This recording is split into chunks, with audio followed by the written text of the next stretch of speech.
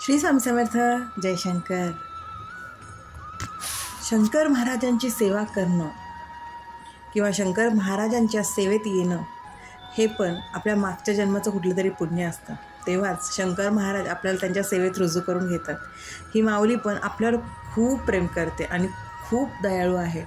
याच आपल्या शंकर माऊलींचा एक खूप साधासुद्धा उपाय आहे आणि तो मला माझ्या गुरूंनी सांगितला आहे.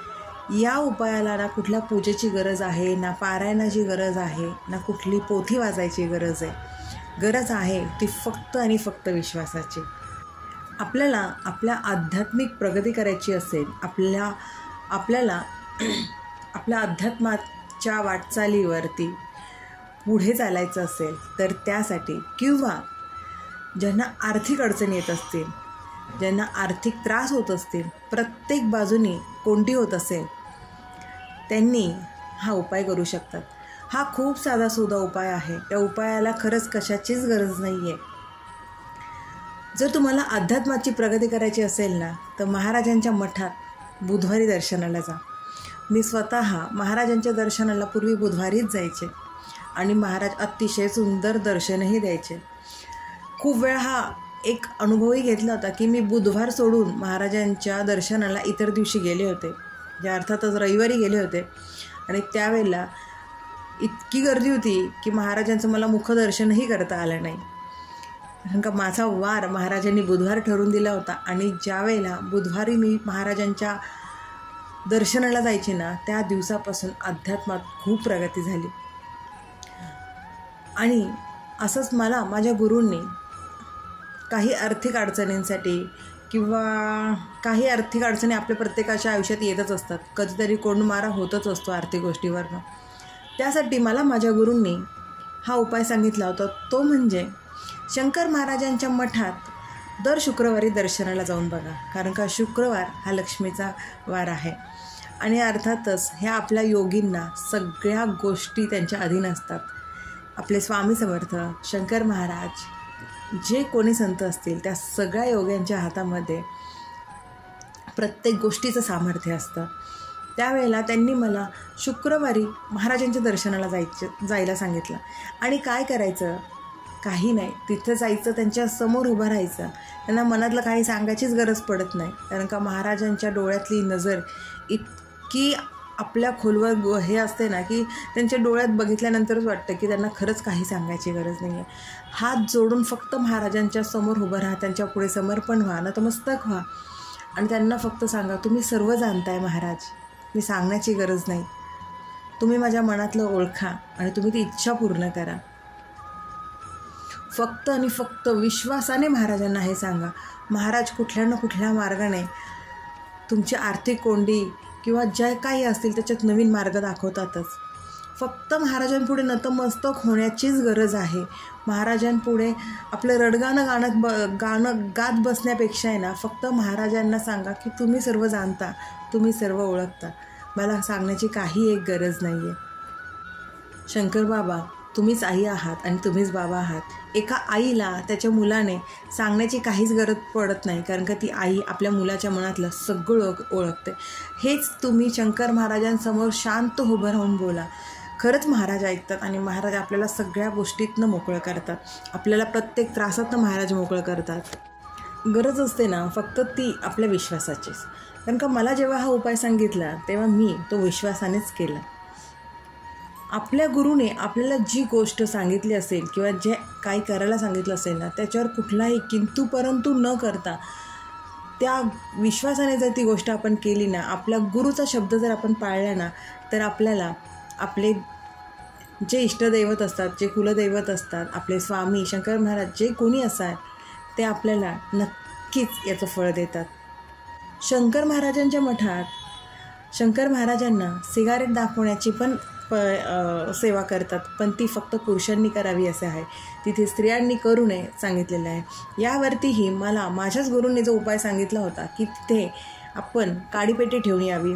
त्यामुळे असं म्हटलं जातं की शंकर महाराजांना सिगार दाखवल्यानंतर त्या धुरावाटे आपले प्रारब्ध जे असतात ते निघून जातात. मग त्यामुळेच आपण जर तिथे काडीपेटी ठेवली ना, तर जो कोणी तिथे ज्याला काडीपेटी नसेल तर त्या काडीपेटीने आपण ठेवलेल्या काडीपेटीचा उपयोग करून आपलेही प्रारब्ध कमी होण्यास नक्कीच मदत होतं. आणि शंकर महाराजांचा हा अनुभव आला आहे आणि मी माझ्या गुरूंची आज्ञाही घेतलेली आहे, त्यामुळे हा उपाय सांगते. हा खूप साधा सोपा उपाय आहे, पण इथे गरज आहे ती विश्वासाची आणि श्रद्धेची. ज्या विश्वासाने आणि ज्या श्रद्धेने हा उपाय कराल ना, तर आपल्याला त्याच्यामध्ये प्रगती नक्कीच दिसून येईल. आणि शंकर माऊली ना खरंच खूप गोड आहे.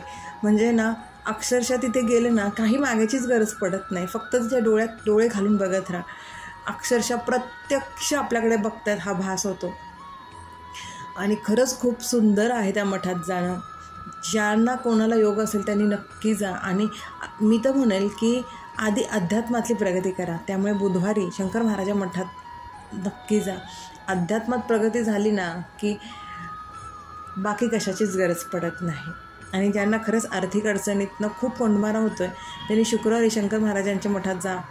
महाराज तुमचा कोंडमारा नक्कीच दूर करतील आणि प्रगतीचे ना मार्ग उघडे करून देतील. कारण का हा खूप मोठा अनुभव मी स्वतः घेतलेला आहे, म्हणून हा उपाय सांगते. खरंच याच्यासाठी काही गरज नाही आहे. कुठलीही पारायण पोथी काही करायची गरज नाही आहे. श्रद्धेने जा. आपले कर्म प्रामाणिक असू द्यात. आणि तिथे प्रत्येक वेळेला जर तुम्हाला गरज असेल तरच महाराजांच्या दर्शनाला नका जाऊ. कधी कधी फक्त महाराजांना भेटायलाही जा. महाराज तुम्ही कसे आहात यासाठी जा. प्रत्येक वेळेला तेच आपल्यासोबत असतात, तर आपणही कधीतरी त्यांना स्वतःहून भेटायला जाणं गरजेचं आहेच ना.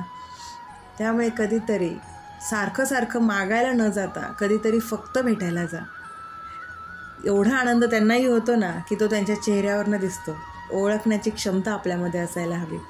त्यांच्याकडे गेल्यानंतर गेल्या फक्त मला हे हवं आहे, माझं हे त्रास आहे, माझं हे त्रास आहे म्हणण्यापेक्षा महाराज कायम सोबत राहा एवढंच म्हणा.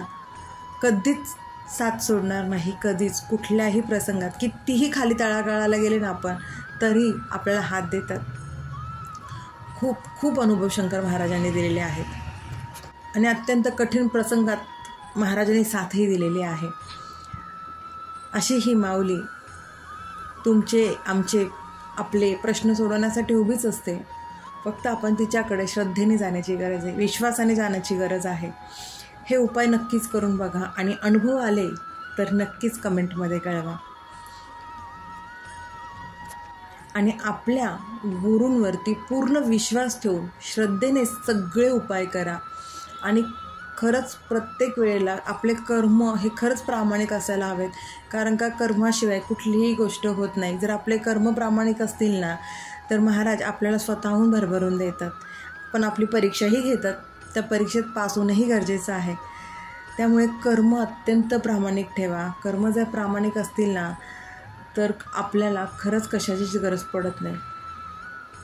मी नेहमीच सांगते, महाराज नेहमीच सांगतात की भक्तिमार्गापेक्षा कर्ममार्ग खूप मोठा असतो. कारण कर्म फिरून येतं. मग ते कर्म चांगलं असो किंवा वाईट असो, कर्म हे फिरून येतातच. कर्म चांगले ठेवा.